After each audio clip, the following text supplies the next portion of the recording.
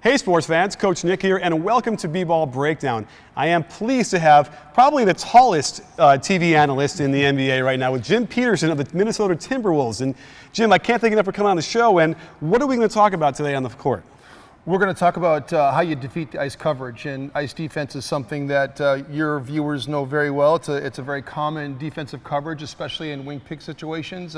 High ball screens, it's either ice or weaking, but ice coverage we see all the time. Well, let's talk about ice coverage real quick so we all understand what we're talking about and what it means. So let's come over here to the wing, and generally we can kind of limit it right now to just the pick and roll on the wing, I think, just to keep it simple, right? Just simple, yes. And so, you know, a couple of the important tenets. So you two are on defense right now.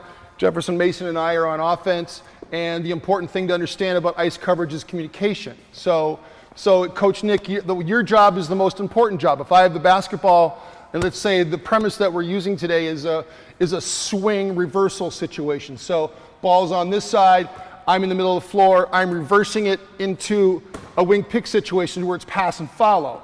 And so you've got the most important job because you're communicating with the guard. In ice coverage, it's very important for this guard to stay squared up until the screen is being set. If he jumps too early, and Mace has a straight line drive to the rim. Right. You're not in position. He jumped too early, Jefferson Mason gets a layup, okay? So as the ball's reversed and you see my intention of going to set a wing pick, you're screaming out, and I love what Jeff Van Gundy says, early, loud, and continuous, okay? So what does that mean to you? I'm going to say ice, ice. As soon as you see me running into wing pick, you're calling out the ice, you're getting into the hole to protect against the straight line drive. You're not jumping until you hear the ice call. Okay, you're not calling ice until you get into position. Okay, fair enough. Because these players make a big mistake, Nick, when the ball's reversed and I'm not there yet, and I'm calling out ice, ice, ice. I'm not there yet. My defender partner jumps, and I'm not here yet. And now we're being attacked. Yeah. Okay, so the discipline defensively for you in your communication and your, get there quickly into the protection. Okay, love it. So yeah, so ice, and you always hear, Coach Thibodeau bellowing it out from the sideline as well, making sure they all know what's going on. So remember, ice is basically you're forcing the ball handler away from the screen, and I kind of think it means ice, like isolate the ball from the screen. Ice, I mean, down, like a lot of teams say down too, down, right. Or it's blue. It's a color combination. Yeah, right. Blue coverage. So that's something that happened back in the 70s, with the Boston Celtics. Don Nelson was one of those guys who was an innovator. I played for Don Nelson with Golden State, and bringing in the color combinations of coverages, blacking, whiting, redding. Redding is usually a trap. Right. Right. Or blitz or whatever, fire. T coaches have different terms for these things. But so in this edit, we're doing ice. We're calling ice. Okay, the opposite of fire. So, but we're going to talk today a little bit about how you attack this situation. How do you attack the ice? So run us through, we have some progressions that make it easy for people to follow. Right. So let's run through the first progression of how you want to attack ice, and you can practice this. And so again, the premise is ball reversal from the middle of the floor into a wing pick and roll, pass and follow. And so once Nick calls out ice, ice, ice, as I'm running into it. Ice, ice, ice. The defender, now this is a mistake a lot of young players make as that ice defender jumps. One of the things I don't want to do probably is try to force this situation like this. Like get in here, and all of a sudden Mace gets all tangled up. He can't get off it. Yeah. It's just a tangled mess, okay? So one of the things I'm going to do as the screener is I'm going to put Jefferson Mason in a good position by, as soon as that ice happens, ice, ice, ice. Ice, ice, ice. I'm going to come in, and I'm going to flip the screen, and I'm going to try to knock this defender off. Now, one of the things that Mace is doing is he's looking at how you're playing the coverage. If you're too far dropped, he's going to shoot it right in your face. And so what's important when you're playing ice coverage is to know the players involved. What are the players involved? Is this a shooter? Is this not a shooter? Is this a shooter or not a shooter? You've got to know the combination of players involved who's being guarded. So if I'm running into it, get back to the coverage, I reverse it, you call ice. Ice, ice. I'm going to come and flip the screen. If Mace is a great shooter, if you're too far dropped, he's going to shoot it. That's number one. Okay. That's the first way to beat it, okay? Come into it, ice, ice, ice. Ice, ice, ice.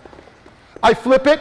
Now Mace is looking at you. If you're up too far and you're too far in, he's going to attack your outside shoulder. Okay. So these guards that are in these pick and roll scenarios, The more skilled they are, the better they are. Yeah, obviously. So if they can shoot threes, it makes you have to press up. If you press up and you don't have great lateral quickness, he can put the ball on the deck and drive left. He's going to attack your outside shoulder. Okay, so that's 2 ways. Shot, attack your outside shoulder. Third scenario is Ice. ice. I come in and flip it. You're to the outside now. He can't beat you outside. Now he can snake. He can cross over snake. I'm going to go behind. If he can beat you for shot, fine. If I get the trail guard behind me, I've got pocket pass here for shot. Yep. Okay? Okay. So that's the third way. Okay? The other way, too, is we can go into a post-up situation like this, too. So we're going to force a switch. A lot of times, if I get a good screen on this guard, Ice. and Mace keeps you occupied, and now I'm rolling here, they're just going to slide behind and try to post up, and this is where I can get a Patty Mills on me, or I can get a Tony Parker, a small guard. I got a mouse in a house, and now you're in trouble. Okay, so that's another way. Love it. And it's the same attention to detail that I brought to the BBallBreakdown shooting system, a comprehensive video with over 50 minutes of great information to improve your jump shot. I show you the drills and, most importantly, the why, so you can better understand the mechanics and help yourself to more makes from the outside. For the next 24 hours, you can save 40% by using the code BBall40. Act now, as this sale is gone after tomorrow. So the fifth way to guard and attack the ice is the rescreen. Okay, so we got the same scenario, reversal from the top. I'm reversing it to Mace. We got the ice situation. I'm attacking here. You're attacking him. He's getting through, trying to get back in front again. Because he went behind me, now necessarily he's going to be lower. I'm going to come and rescreen. And now you're going to be out of position. You're going to be dropped trying because you're occupied. I'm going to come rescreen him because he went underneath me like this. And Mace is going to have a wide open shot. If you come out and fire out, I've got roll. I've got an easy layup. Yep. So that was the first progression of talking about it with flipping the screen. Yep. What's another progression you can attack ice with? Well, one of the simple ones is just slipping out of it. So depending upon the coverage and how you're playing, and if with a great shooter like Jefferson Mason, you're probably going to be up a little bit, and you're going to really be, if we're in an ice coverage, you're going to be getting into that hole, and you're going to probably be up, because if you're not, I'm going to flip the screen, he's going to get a shot. So if you are up, so let's do it again. So I'm reversing it. Here, ice. I'm going to run into it. I'm not going to go all the way. I'm just going to slip. I'm going to come and act like I'm going to set the screen. You're going to be up trying to defend because you're in ice coverage because you have to be. Right. And I'm not even going to bother to set the screen. I'm going to reverse it. You're going to be in your ice coverage. I'm going to come fake like I'm here, and I'm just going to slip. Okay? And Mace can either throw it over the top, or he can throw the pocket to me. And now I'm coming downhill. And this is where, as a big, Nick, one of the things we're seeing in all these ball screen actions is pocket pass decision making. So when I'm flipping screens and Mace is in the hole, he's attacking my man, he's finding a sweet spot, I'm working with him here, and now I've got the basketball. And now these bigs have to be more skilled. I can shoot this, but it's not an efficient shot. What I'd like to do, and what you're seeing in all these different NBA scenarios, is draw and kick game, right? You're seeing guards draw and kick, drive it, kick it, shot, reversal pass, to multiple things. This is another way to get a penetrating pass through the pocket pass. Now, I'm a decision maker. Draymond Green, Boris Diaw, Mason Plumlee, all these great bigs now get this basketball, and they are being able to come downhill now and make defenders. I can either get it to the post here, I can throw it out to a collapsing guard on the perimeter. We get teams in rotation, and they're in trouble. Right.